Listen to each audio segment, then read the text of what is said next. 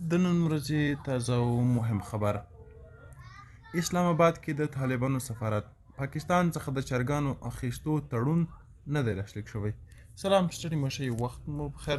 د افغان نیوز قدرمنو لیدونکو ښه راغلاست د نن ورځې تازه او مهم خبر ته.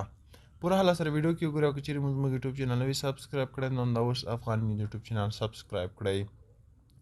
د طالبانو د رئیس الوزرا اقتصادي مرستیال ملا عبدالغني برادر د دفتر رئیس عبدالله اعظم له پاکستان افغانستان ته د چرګانو د استولو تړون لاسلیک کېدو په تړاو د زاویه نیوز خپور شوي خبر ته په غبرګون کې په خپل ایکس لیکلي افغانستان ته په هر واردونکي جنس داخلي تقاضا ته په کتو تعرفه وضع کېږي او له ټاکلې تعرفې څخه په ټیټه بیه یې هیڅوک نشي راوړلی.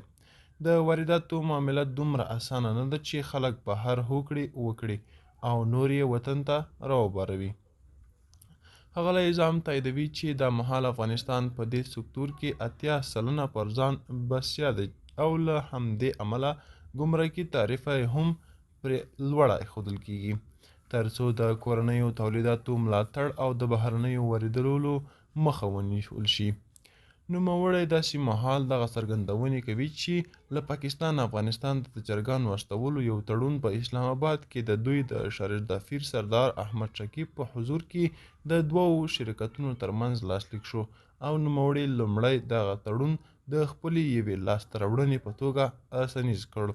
د مهال په پاکستان کې د چرګانو ناروغي لګېدلې چې له همدې وجې پاکستاني شرکتونه هڅه کوي په ټیټه بیه خپل ناروغ او مریضي چرګان افغانستان ته واستوي.